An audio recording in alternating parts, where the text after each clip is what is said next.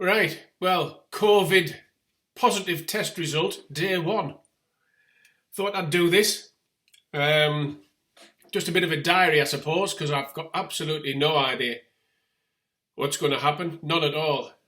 Let me tell you what the symptoms were. I've had a bit of a cold over the last couple of weeks. Started off with a sore throat, and I thought that's all it was. You know, sometimes you lose your sense of taste and smell when you've got a cold. And I thought that's all it was. I've had a headache for a while. But again, I thought that was just the cold. So about 2 days ago, I noticed, so what day are we on today? We are on Thursday. So Tuesday, I noticed that I had no taste or smell. And thought, that's strange. You know, I was even picking up stuff and, nah, can it smell that? And so yesterday morning, which would have been the 14th of October, I decided I'd go for a test because I read up on stuff and I had this tracing app on my phone and everything. So I thought, yeah, go on then. So I got on the tracing app, and it's the NHS one you can download onto your phone. I think everybody should do it. Just do it. And booked me test through there. And lo and behold, I could go at 11 o'clock yesterday morning. So I suppose we're quite fortunate here. And it was at Penrith Rugby Club. You know, we're not in a main city or anything here, so there's not many people. In fact, there was maybe a dozen cars when I got there. So you get there, and there's a guy on the entrance, and don't open your window, just speak to me. So I did, right, go through here, blah, blah, blah. And then on the end of, you know, one of those reaching sticks, you squeeze it in, there's a gripper here thing. So with that, came through the door, the passenger door, put your window down a bit, and they put that through. And then you went and parked up, and the guy came next to you again, keeping the windows up. He told you what to do. And what you do is you blow your nose. There's a bit of tissue, so you blow your nose, get rid of all the mucus, and then you take out your little swab, and you put it, and your tonsils, so you wipe your tonsils, which makes you gag. Then you put the same end, because there's only one end that's got the swab on, up your nose until you feel pressure. Don't push too hard. You can just slide it up. Oh, that's it. And you ribble it around there, and your nose goes nuts.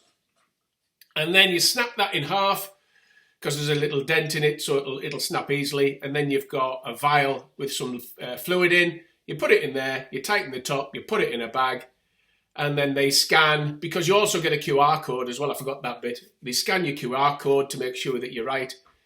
And then you went round in a queue, and they scan it, and what's your date of birth, and what's the first part of your postcode. So they check it all. And with this gripping rod, they take it out from your hand out the window and drop it into a bin. So they don't touch it at all. And it's a self-test, so you're doing this yourself. And then lo and behold, at 11:30 last night, so 12 and a half hours later, I got the email through, although I didn't notice it until this morning, that I've tested positive. So how do I feel? Shitting myself is how I feel. Don't want to die yet. Not quite really sure if I ever want to die. But it's it's coming.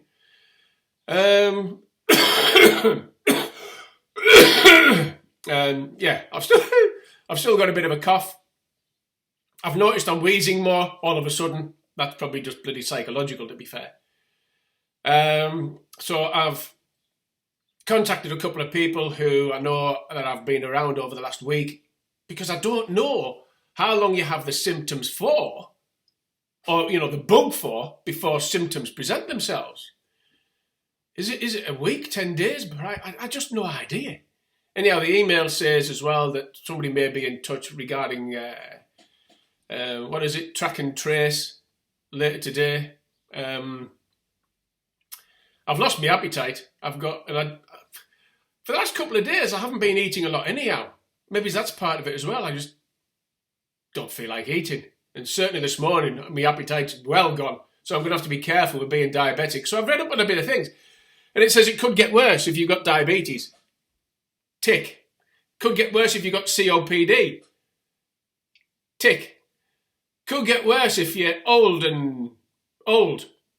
Tick. Well, I've got my will just to my left here. And I need a couple of people to sign it, but of course, who the hell's going to touch that now? I wish I'd done the bugger a couple of weeks ago.